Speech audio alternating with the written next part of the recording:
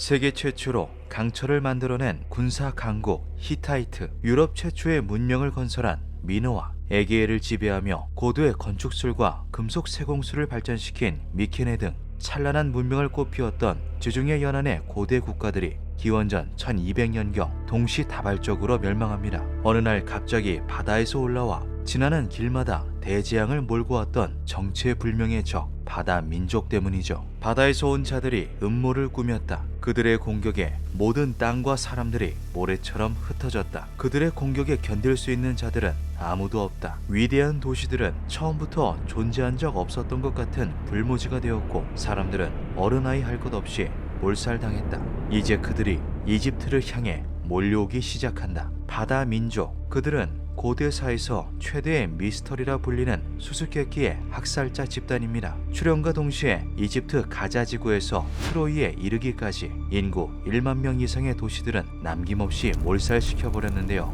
동부 지중해와 인접한 모든 문명과 국가를 파괴한 후 메소포타미아의 강국이던 아시리아의 수도 니네베 인근의 내륙까지 단숨에 진격하죠. 고대 국가들은 갑작스러운 침략에 맞서 사방으로 구원을 요청했으나 속수무책으로 괴멸당하고 맙니다. 당시 상황을 기록한 점토판들을 보면 미지의 침략자를 향한 공포를 읽을 수 있습니다. 바다 약탈자들이 관측되었다. 보초병을 급파하고 해안 요새들의 방어를 강화하라. 각 신전들의 전령을 파견해 청동으로 된 성물들을 가져오라. 창을 만들 청동이 부족하다. 적들이 몰려와 내 나라를 불태우고 있다. 왕국의 병력과 전차들은 히타이트 제국을 돕기 위해 파견되었다. 내 나라는 지금 버려진 상태다. 고대 도시 필로스에서 발견된 점토판 기록을 보면 신에게 바친 성물까지 놓여야 할 정도로 급박했던 상황을 엿볼 수 있습니다. 당시 상업 중심지이자 대도시 중 하나였던 우가리트에서 발견된 점토판에는 불타는 도시에 대한 묘사와 함께 절박한 구조 요청이 담겨 있는데요. 3000년이 지난 지금까지 이런 기록이 보존될 수 있었던 이유는 모든 도시가 불바다가 되는 바람에 일부 점토판들이 고열에 구워지면서 그 형태가 유지된 덕분입니다. 이처럼 규모가 작은 도시 국가는 물론 막강한 힘을 과시했던 거대 제국 히타이트와 미케네까지 맥없이 쓰러지고 마는데요. 가까스로 살아남은 이집트 역시 회복 불가능한 타격을 입고 몰락의 길을 걷기 시작하죠. 고고학에서는 이처럼 고대 국가들이 연쇄적으로 멸망한 기원전 12세기를 일컬어 암흑시대라고 부릅니다. 찬란했던 고대 문명이 이 시기를 거치며 퇴화해버렸기 때문이죠. 수많은 글자가 사라지고 건축과 예술 분야에서 고도로 발달했던 기술의 맥은 끊겨버립니다. 다시 문명이 재건되기까진 수백 년의 시간이 걸렸으며 몇몇 기술은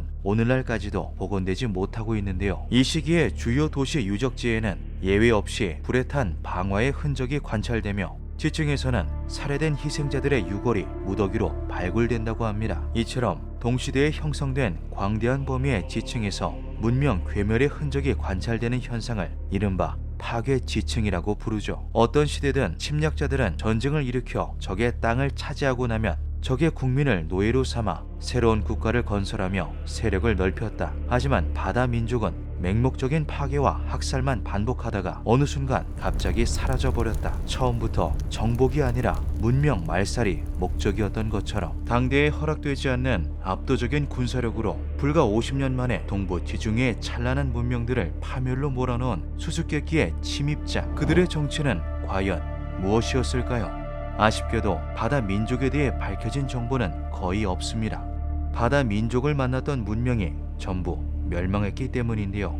바다 민족이라는 명칭도 고대 때부터 사용된 것이 아니라 1850년대에 와서 프랑스의 고고학자 엠마뉴엘 드 루제에 의해 명명된 것이죠. 그는 메디네트 하부 대신전 유적에서 발견된 람세스 3세의 델타 전투 기록을 해독하는 과정에서 청동기 문명을 파멸로 몰아넣은 정체불명의 세력이 있음을 확인했습니다.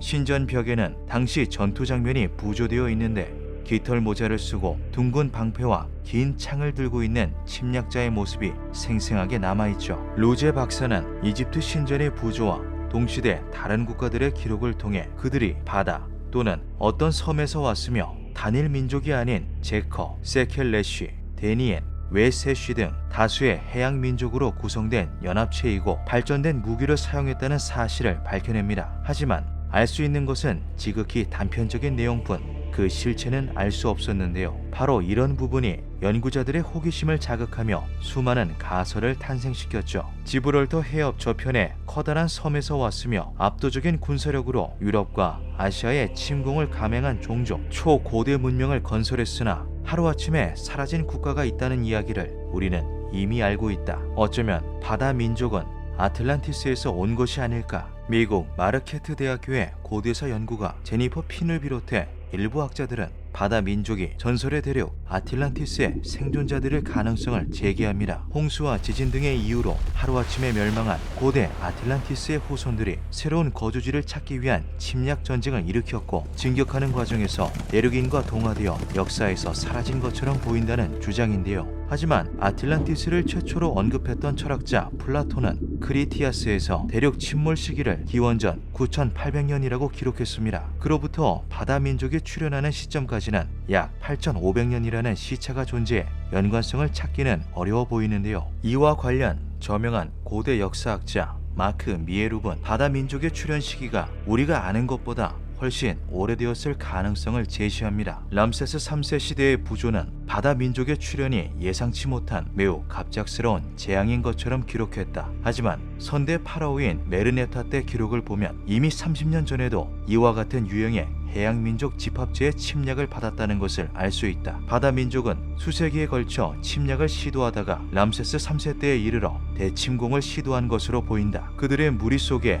여성과 어린이, 생활용품을 실은 수레가 포함되어 있었다는 구절은 마치 인구 대이동을 연상시킨다. 바다 민족에 대한 또 한 가지의 대표적인 가설은 그들이 구약 성경에 나오는 블레세딘이라는 것입니다. 이스라엘 민족의 적으로 간주되는 블레세딘들은 교활한 이교도의 전쟁광으로 유명합니다. 우리가 잘 아는 거인 골리앗이 바로 이 블레셋의 군대를 이끌던 장군이었죠. 2m 90cm에 달하는 거대한 키와 압도적인 무력을 가지고 있던 골리앗에 대한 설명을 토대로 일부 신비주의자들은 블레셋인들이 네피림, 즉 거인의 후손이라고 주장하기도 하는데요. 성경 속 블레셋인들은 대개 폭력적이며 둔감한 야만인으로 묘사되고는 하지만 이스라엘 고고학자 트루드 도단 교수는 그들이 우리의 상상 이상으로 문명화된 종족이었다는 증거를 내놓으며 역사적 재평가를 촉구합니다. 이집트 부조에 따르면 바다 민족 중 하나였던 블레셋인들이 기원전 1200년경 가나안 남부 해안에 정착했다는 내용이 나온다. 해당 지역에 대한 발굴을 진행한 결과 진부한 철기 문화의 증거가 발견되었다. 그들은 숙련된 장인과 건축가들로 계획 도시를 건설했고 독창적인 문화를 이룩했다. 블레셋인들에 대한 설명 중 한 가지 흥미로운 것은 그들이 바다의 신 다곤을 숭배했다는 것입니다. 다곤은 상반신은 사람, 하반신은 물고기의 형상을 한 반인 반어로 메소포타미아를 비롯한 여러 문화에 등장하는 신인데요. 낮에는 육지에 머무르며 인류에게 문명과 지식을 전해주고 밤에는 자신들의 은신처인 바다로 돌아갔다고 전해지죠.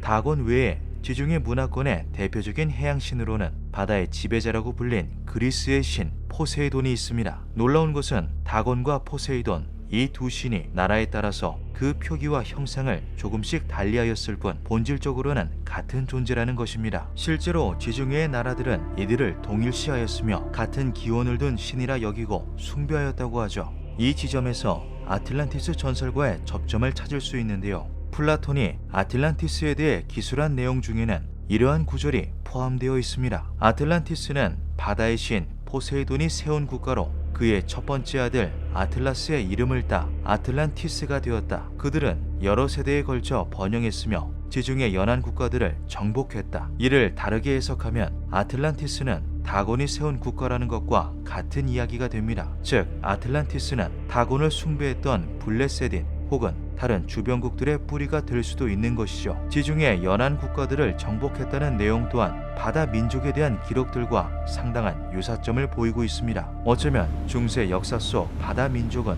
아틀란티스인의 후예가 아니었을까요? 고대 국가들을 정복하고 몰살해버린 정체불명의 집단, 그들의 정확한 실체와 역사는 현재까지도 베일에 쌓여 있습니다.